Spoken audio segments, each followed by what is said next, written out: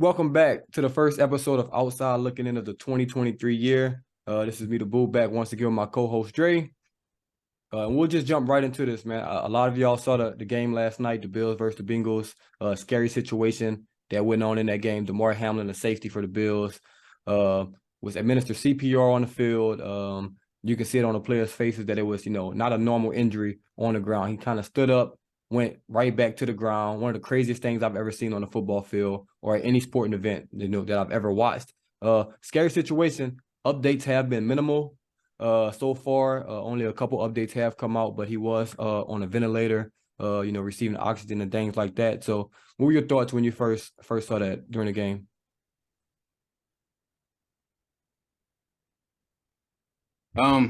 It was wild.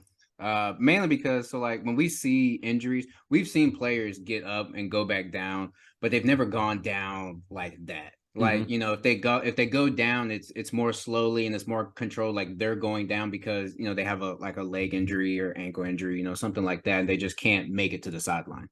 But I don't think I've ever seen, a player pop up because he got right back up and then fall down. I think at that point or before that happened last night, the worst we had seen was kind of like Tua, when Tua got hurt in the Bills game and when he got up, like he was stumbling, but he still, he still stayed up. So just seeing that was crazy. And it was just shocking to see. You got to give a shout out to both staffs of both the Bills and the Bengals for, being able to help him and aid him in that situation, because you have no, let me not say, I don't know what equipment they have on the sideline, but they obviously don't have like hospital equipment on the sideline. So those medical professionals, they have to do whatever they can that moment until, the ambulance shows up and they can load them in, take them to the hospital and things like that. So kudos to them doing everything they had to do. And you could see, the emotion, everything that was going on, it was a lot to deal with, a lot for them to handle. And they're seeing it like in the moment. They're seeing it up close, just one of your teammates at there. that. And even though they're right there, they're just as lost as us. Like they have no idea what's going on, what's happening. But we're just, we're seeing this from our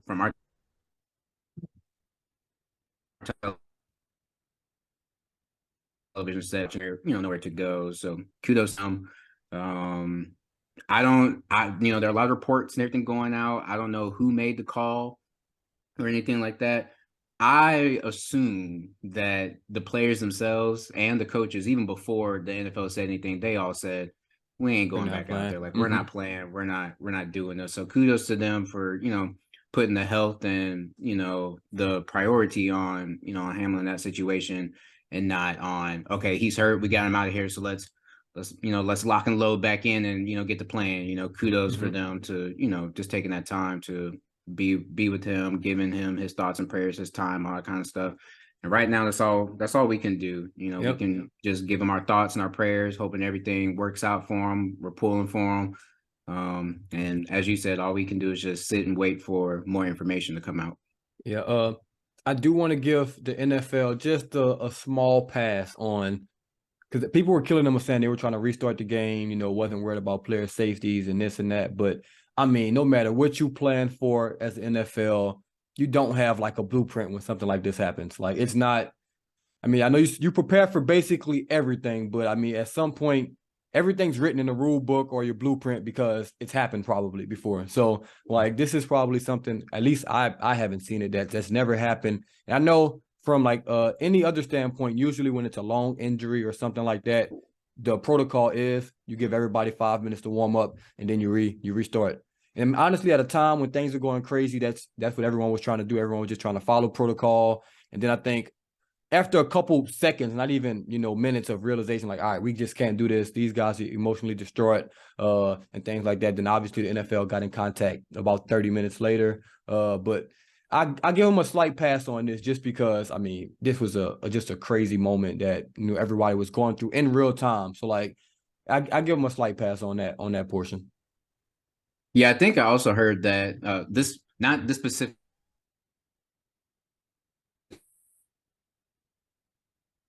situation. I think I heard or read somewhere that they, like, each NFL stadium only practices this like once a year. I think like in the off season or right before the season starts, something like that. So, you know, it's one of those things where it's like, okay, let's practice it, but we don't really expect it to happen because it hasn't happened. But then again, here it is, it did happen. So I'm pretty sure, you know, they'll probably up a lot's going to change from this. I do believe that there's going to be, you know, there's going to be more, you know, more training in the sense of, you know, like medical, more situations that they try to prepare for and different things like that. From football wise with the hit. You know, it's like, you know, it's just the way that it happened. I think what even some doctors said was just the timing of when it happened and all that kind of stuff. So it wasn't like it was a helmet to helmet contact or anything like that. But you know, they, you know, some company out there might even come with new for I mean, because the shoulder pads all come around, but do different types of padding and stuff like that. So there will be changes that'll come out from this. But hey, we're pulling for them, and we're hoping that we get good news, you know, here soon. Yeah, that's what I was kind of thinking as well. It's been every year they come out with like a new helmet or new cushions or new this or new that for helmets, but I think this will be obviously be get the ball rolling on coming up with new shoulder pads. I'm sure they have, but they just aren't, you know, as talked about as the helmets. But I'm sure somebody will probably try to come out with some new shock absorbing and things like that to better protect these players from those type of hits as well. But man, scary situation. His uncle did give an update like an hour ago, basically saying he was off 100% oxygen with the I can't even talk right now. Ventilator, and now he's on 50%. So I'm not a doctor. I have no idea what that means. I'm not gonna even speculate. I'm just relaying what his uncle said outside the hospital, getting interviewed. So there's that. So man, hopefully he's improving. Hopefully he comes out of this because like I said, scary situation. And very, very just unfortunate. Mom was in the stands. I know that's just tough on his family, obviously his teammates and things like that. But man, just a crazy situation that you just hope you never see. I mean, obviously it's a violent game, and you see concussions, you see broken legs, like you see everything. But see near death experiences are just absolutely insane. And also, man, keep T. Higgins in your thoughts too, man, because I know he's going through it as well. So man, just a scary situation, and hopefully he makes it through this. But unfortunately, we do have to talk about, you know, football at a time like this. And I'll kind of leave the Bills Bengals game out of it. I know a lot of people were, you know, speculating when they're going to reschedule. The NFL just said it's postponed for now, and it probably won't resume this week. But there were other games this week. Playoff race is obviously in the thick of things right now. NFC's tight, AFC's tight. It's about, I mean, I think about 11 teams in each division. Basically, the people that have guaranteed a spot in the AFC, the Bengals, the Bills, the Chiefs, the Chargers, and the Ravens. Then everyone's playing for that last wild card spot, and also Jacksonville and Tennessee are playing for that divisional spot or the division spot. So we can talk about that game first, man. Who do you think is going to win that game and be headed to the playoffs in the second worst division in the NFL, the AFC South, right behind the NFC South? I believe it's gonna be Jacksonville, mainly just because Jacksonville's riding hot. You know, 4-game win streak. It's not the way that the NFL season works. It does not matter what your record is at a certain point. At a certain point, is who's ever hot going into the playoffs. If you can continue out that hot streak, I'm not saying it's a guarantee, but you do have a higher chance of success. And right now, the Jaguars are one of the hottest teams in football. Trevor Lawrence is actually looking like a first-round draft pick these past few weeks. Travis Etienne's coming on strong after he got back from his injury. So they're looking good. They're looking very good. And then, you know, it's just unfortunate for the Titans. You know, Tannehill's on. He's on IR. And I think Derrick Henry is. I'm not sure if he's hurt, I think or he's if they gonna just play. kind of like held him out of that last game. You know, more as like a precaution thing. But I do know he was dealing with some type of lower body injury. So you got Josh Dobbs making his second start, and they feel like he gives them a better shot than Malik Willis does. Which I don't necessarily blame them, because I mean, Malik Willis hasn't shown too much in the passing game and the different situations that he's played throughout the season. So it's almost like if he's in there, it's like nobody respects the pass whatsoever. So, you know, we'll see. I mean, Josh Dobbs played okay against the Cowboys. It wasn't awful. You know, they gave the Cowboys a little run for their money for 3 quarters. So yeah, so we'll see. But I think if all goes well, if all goes according to plan, the Jaguars should be coming out on top in that game and winning that division. Yeah, the crazy thing is I want the Jaguars to win. I think it'll be fun. Them getting in the playoffs on a 4-game win streak. If they get in, they'll be on a 5-game win streak, riding high, and they'll have a home playoff game. So that'll be fun. The thing that won't be fun is the game is probably going to be against Baltimore. Yeah, it's probably going to be against Baltimore, so that probably won't be fun. But if Lamar's hurt, I mean, who knows? They can probably make a run. Depends on if Lamar's playing. Yep. But I just think the Titans will win this game. And why? I have no idea. I think the NFL is just so crazy this year that the Jaguars on a 4-game win streak are about to lose to the Titans, who's on a 6-game losing streak. And I can't even explain why, but the NFL has just been crazy like that this year. And it just would not shock me to see the Titans go from a 6-game losing streak to the playoffs, because I think the NFL has just been that crazy this year. And for that last spot, I'm not sure the scenarios or anything. I just know that New England's 8-8, Miami's 8-8, Pittsburgh's 8-8. Who do you think? New England. One thing I do know, New England. Who wins and gets in? All right. New England controls their destiny. Okay, so that helps. That's one thing I know for sure. Let's see who New England plays this week. Something going on with this connection. We're gonna have to just wait for this to come back. I think it's Buffalo. Buffalo? Oh well, shit. I don't even want to. Yep, they play Buffalo. So who knows? Actually, who knows what's gonna happen? Because they may even push the NFL a week back. And if Buffalo's still playing for that 1 seed, that's gonna just create all type of different things. So, yeah, if I just had to guess, just off the top of my head, I'll give it to the Steelers. I don't know why, but I just want Mike Tomlin in the playoffs because he was getting killed early in the year. He gets killed every year, but for some reason, some way, somehow, he always gets that team to above 500, and it just makes no sense. I was about to say, the man hasn't had a losing season yet. It makes no sense. So I'm just if I'm going off of that, I know they're gonna win that game some way, somehow, and I'm just gonna give them the playoff spot. And I just don't want Miami to go to the playoffs because maybe they fire McDaniels after 1 year, give the Saints a first-round pick with Sean Payton. Who knows? Who knows? Who knows? But in the NFC, I think you're reaching with that one. Definitely reaching, but hey, why not? Why not try? 6 spots are already, taking up: the Eagles, the 49ers, the Vikings, the Cowboys, the Giants, and Tampa Bay Bucks. The Giants, we thought they were going to fall off, which they did a little bit, but they survived, mostly because everybody else kind of stink. But I think the Packers control their own destiny. It's the Packers, the Lions, and the Seahawks. Well, I guess the Lions control their own destiny as well, maybe, because they play the Packers, right? Yeah, because they play each other. So whoever wins that game, maybe, they go. I don't know if the Lions and Seahawks have a tiebreaker or anything like that. But 3, 8, and 8 so teams. if the Lions win, the Lions need Lions need to win, and they need the Seahawks to lose. Okay. The Seahawks need to win, and the Lions to win. The Packers to lose, and the Packers, if they win, they're in. If I'm looking at that, but when it comes to the rest of the NFC, my thing with that is we just haven't been able to lock up the number 1 seed, and it's mainly I'm gonna literally say this. I'm gonna chalk it up to the fact that it's our backup quarterback, and this is not Nick Foles replacing Carson Wentz. Oh man! So now, granted, when Nick Foles came in for Carson Wentz, like we had a couple rough games, like that game against the Raiders. I can't remember if it was a Thursday night or a Monday night. But that was a rough game for Nick Foles in that game. So our path is kind of going the same, but this isn't Nick Foles. Like, we really need Jalen Hurts back, because there are so many times in that game against the Saints where the Saints defense was not playing Minshew on the option. Like, they were going going for the run every single time.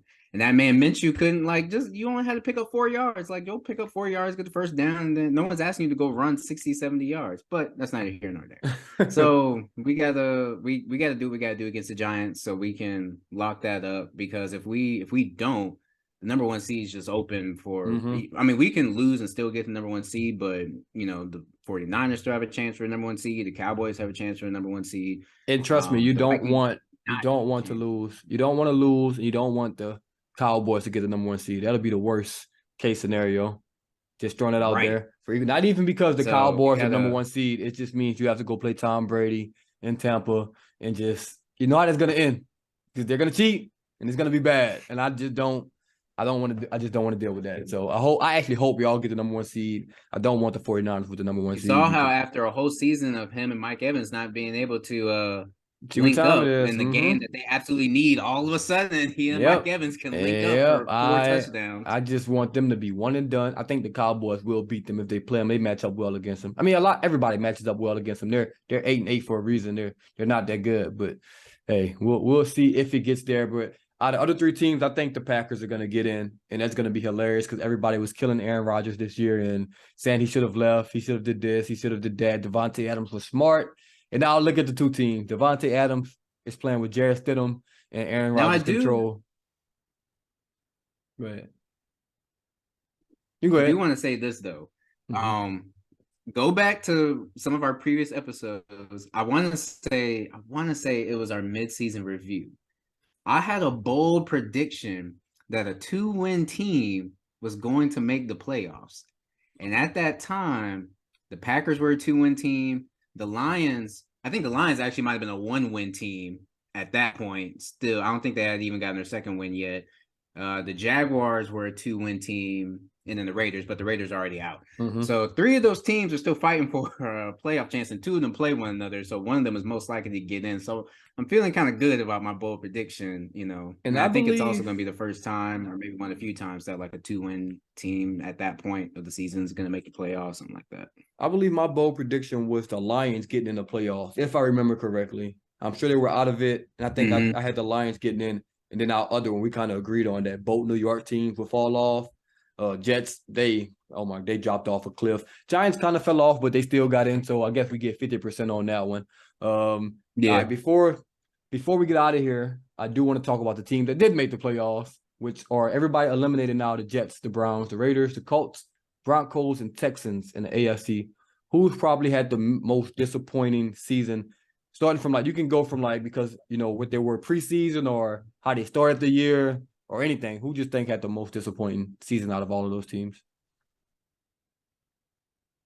Easy choice. It's the entire AFC West. And I understand the Chargers and the Chiefs are in the playoffs, but the Broncos and the Raiders are not.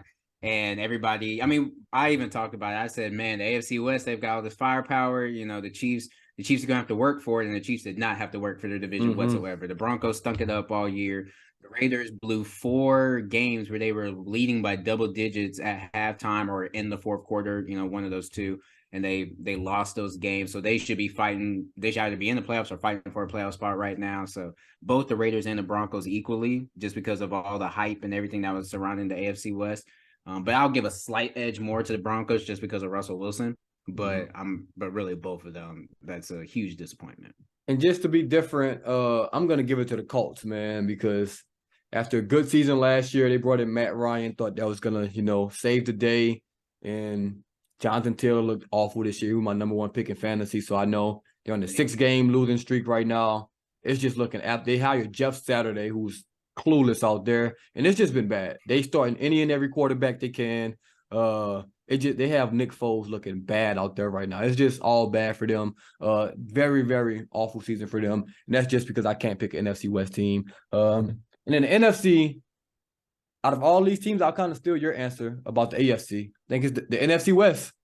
Absolutely terrible, terrible season. Obviously, you got San Fran, who's riding high, but man, the Cardinals and the Rams, geez, even though the Seahawks are teetering on, making the playoffs or not, but the Cardinals and the Rams, that's supposed to be 2 Super Bowl contenders, man. You got Kyler Murray, Hopkins, J.J. Watt, all of these guys. Hollywood Brown, they traded their first-round pick for.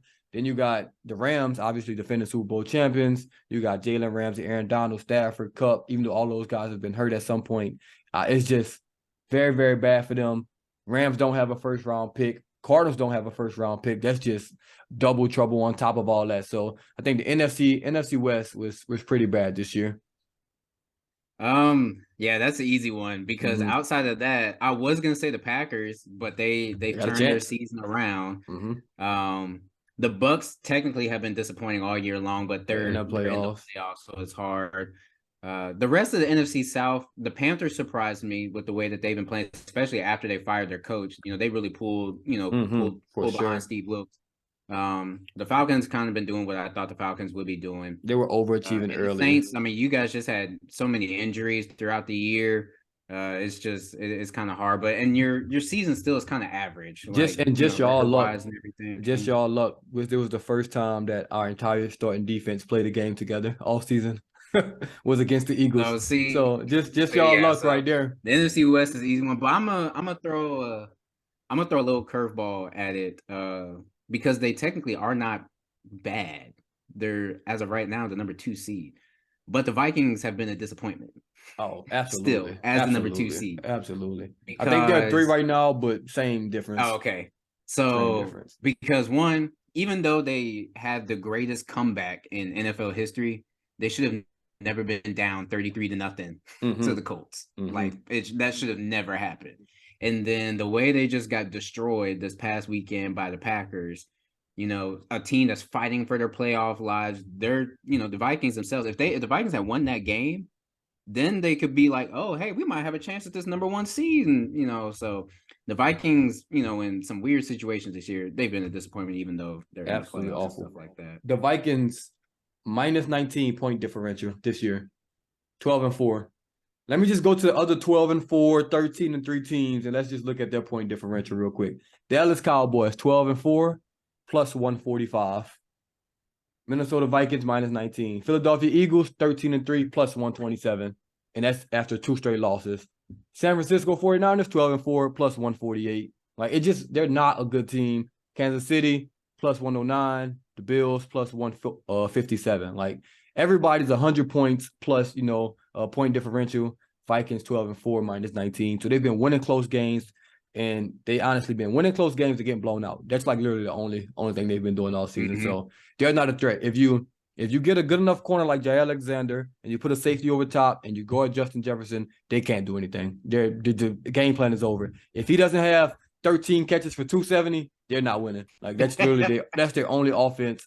Kirk Cousins is gonna have to play a primetime game in the playoffs. We know how that's gonna end. So I'm just not. I'm not expecting anything from them. So somebody from the wild card, I guess somebody from NFC East, maybe probably gonna get lucky. Face the Vikings. Hopefully, no one wants to face the 49ers. I'll tell you that right now.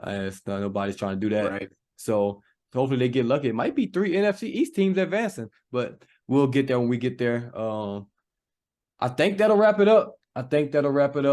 Just for this week. Obviously, we'll be back next week with the last week of the season, maybe, because we still don't know what they're going to do with that Bills-Bengals game. I'm not sure how they're going to squeeze in 2 games in 1 week. Maybe they'll push the season back. Who knows? Don't want to speculate on that. But like we were saying to start this off, man, prayers to Damar Hamlin. Hopefully, you know, he pulls through this. Anything else you got?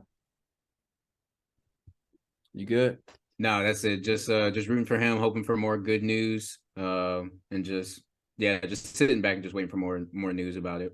Yep, same. Thank y'all for tuning in once again, man. Outside looking in. We out, fellas and ladies and children of all ages.